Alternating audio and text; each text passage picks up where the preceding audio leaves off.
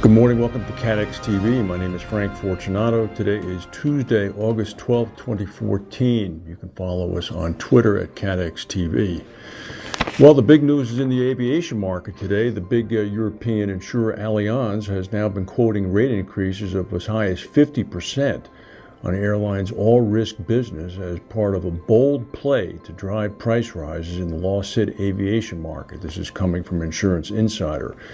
Given its position as a leader in this airline business, the Allianz position is going to play a big role in determining the shape of the market in the future. Allianz has not opted to comment. In the immediate aftermath of the Malaysian Airlines MH17 that was shot down in the Ukraine, sources said that rates would cease to soften after a period when 15 to 20% rate decreases had become the norm. There are a few medium-sized accounts that renewed in late July and early August. For example, Indigo, Skymark, and Monarch Airlines, which have a combined fleet value of $5.3 billion. They had all been placed with rate reductions. The risk that was coming up, that was in the middle of being discussed, was Alaska Airlines, which has a fleet value of $4.3 billion. Their renewal date was August 5th. They were in the middle of the renewal when all the ramifications from the shootdown began to come into play. A number of reinsurers got off the placement because they weren't getting the prices that they wanted. They wanted increases. However, there were a number of other reinsurers who quickly jumped in to take their place. Brokers say that the current abundant capacity levels will allow any well-rated program, and Alaska Airlines is a good airline, to be 200% placed. The Alaska Airlines program went through with a modest rate increase. We don't know how much. The renewals that follow Alaska that are going to go on over the next 6 or 7 weeks are mainly so-called bantamweight accounts. Sources say that double-digit rate increases are being achieved, but well short of Allianz's targets, with a very small airline, Yakutia Airlines, a Russian airline, being cited as an example. The real test of this is going to come in October when the big airlines come in, United, Delta, etc. So we'll see how this plays out. There's continuing civil unrest in the St. Louis suburb of Ferguson, Missouri. Police used tear gas and rubber bullets last night to disperse a crowd who had gathered for the second night of protests after an apparent shooting of a unarmed 18-year-old African-American by police. The FBI is looking into a possible civil rights violation, i.e. the taking of the life of the young man. The political crisis in Baghdad in Iraq has entered a new phase. Incumbent Prime Minister Nouri al-Maliki has now been abandoned by his own Shia political party. They have swung their support to the Deputy Speaker of Parliament, Haider al-Abadi. Mr. Maliki is saying he's not going anywhere. He's rallying against the challenge, and there is fear of a potential coup because al-Maliki apparently controls the army as well as police units that patrol the fortified green zone where his office is. Tropical storm Halong that hit Japan over the weekend dropped 3 feet of rain when it made landfall on Shikoku Island, causing the evacuation of 500,000 people. Hundreds of homes have been damaged by the storm. The majority have been located in Kochi Prefecture, over on the Japanese main island of Honshu. Hundreds of flights were canceled. Bullet train service, the Shinkansen, were disrupted in various parts of the country. Standard & Poor's came out with an interesting report yesterday saying hedge fund reinsurers that pursue a more aggressive investment strategy than traditional carriers consume, quote, vastly more capital. They haven't rated any of the recent hedge fund-backed startups such as Hamilton Re, Watford Re, or Third Point Re.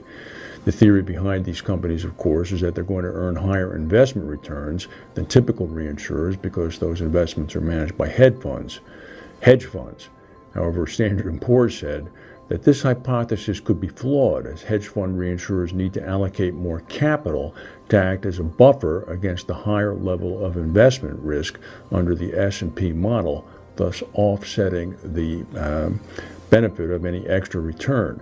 no matter how you slice this, an insurer or reinsurer has to invest a premium income into a rated security to satisfy the rating houses such as Standard & Poor's. So if the money is invested in something, for example, like junk bonds, that doesn't qualify. It has to be invested in government securities or something akin to that.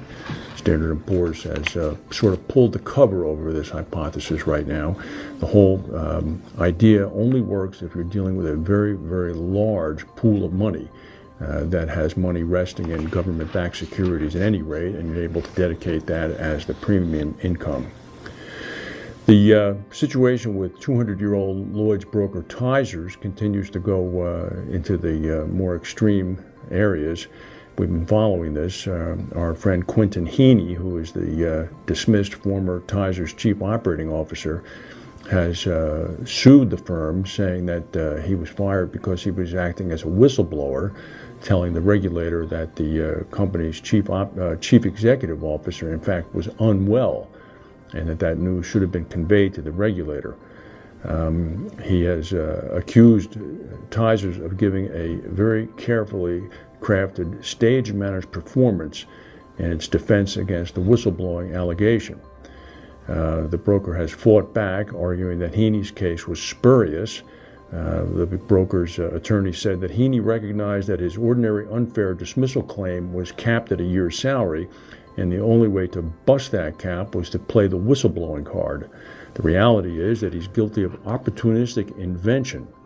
One broker, non-executive director, Trevor Newberry at Tizer, says, Quentin was not a great believer in the value of regulation and regarded it as something of a frustration, standing in the way of his pushing things through. I suppose saying why would he even be concerned as to whether or not the regulator knew anything. The filing in response to Heaney's charges said the simple truth is that Heaney had not raised any regulatory concerns about the condition of the chief executive officer. The tribunal judges have retired. They're expected to deliver a verdict actually tomorrow, so we'll see how this goes. This has been a real soap opera. Heaney was apparently asked by Tizers, this all came out in the court, to seek the help of a psychologist after a number of clashes with staff and a falling out with 4 suppliers and the regulator itself. Heaney, in testimony last week, said, I did accept the idea that I had the ability to tear a strip off people in an open plan office from time to time. And that was less than ideal.